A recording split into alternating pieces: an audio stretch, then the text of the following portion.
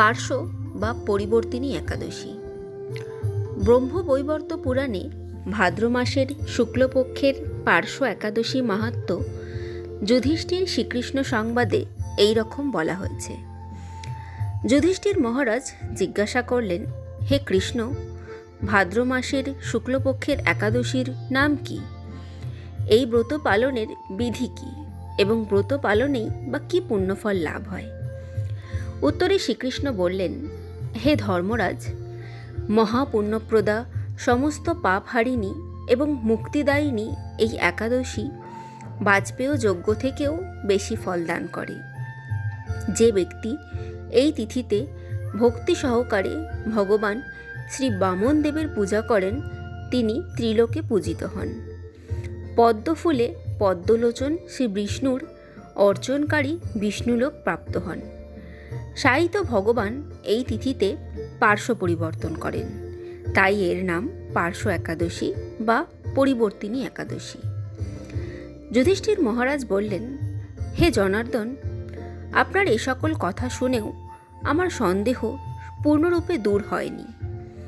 হে দেব, আপনি কিভাবে শয়ন করেন, কিভাবেই বা পার্শ্ব পরিবর্তন করেন, আর চাতুর্মাস্য ব্রত পালনকারীর কি কর্তব্য এবং আপনার শয়নকালে লোকের কি করণীয়? এইসব বিষয়ে বিস্তারিতভাবে আমাকে বলুন। আর কেনই বা দৈত্যরাজ বলিকে বেঁধে রাখা হয়েছিল তা বর্ণনা করে আমার সকল সন্দেহ দূর করুন।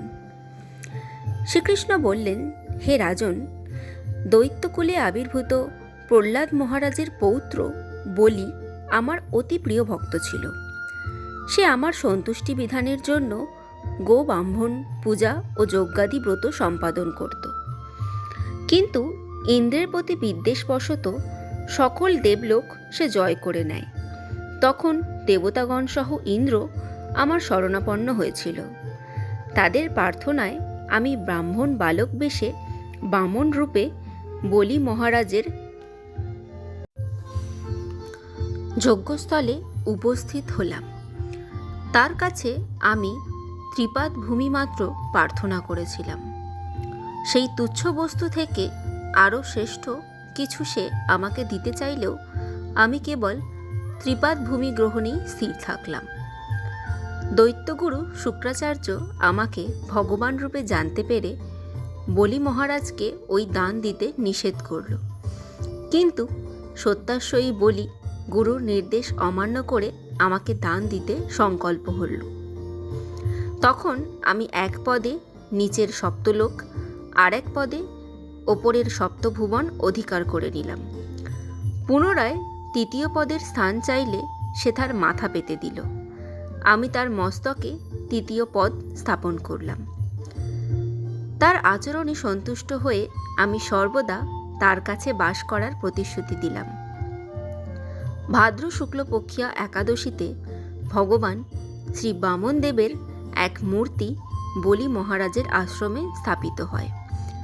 দ্বিতীয় মূর্তি ক্ষীরসাগরে অনন্তদেবের কোলে শয়ন একাদশী থেকে উত্থান একাদশী পর্যন্ত 4 মাস শয়ন অবস্থায় থাকেন। এই 4 মাস যে ব্যক্তি নির্দিষ্ট নিয়ম, ব্রত বা জপ তপ ব্যতীত দিন যাপন করে, সেই মহামূর্খ জীবিত থাকলেও তাকে মৃত বলে জানতে হবে। শ্রাবণ মাসে শাক, ভাদ্র মাসে দই, আশ্বিনে দুধ, কার্তিক মাসে মাসকলাই বর্জন করে এই 4 মাস শ্রীকৃষ্ণের আরাধনা করতে হয়। প্রতিটি একাদশী ব্রত যথাযথ পালন করতে হয়। সাইত ভগবান পার্শ্ব পরিবর্তন করেন বলে এই একাদশী মহাপুণ্য ও সকল অভীষ্ট প্রদাতা। এই একাদশী ব্রত পালনে সহস্র অশ্বমেধ যজ্ঞের ফল পাওয়া যায়।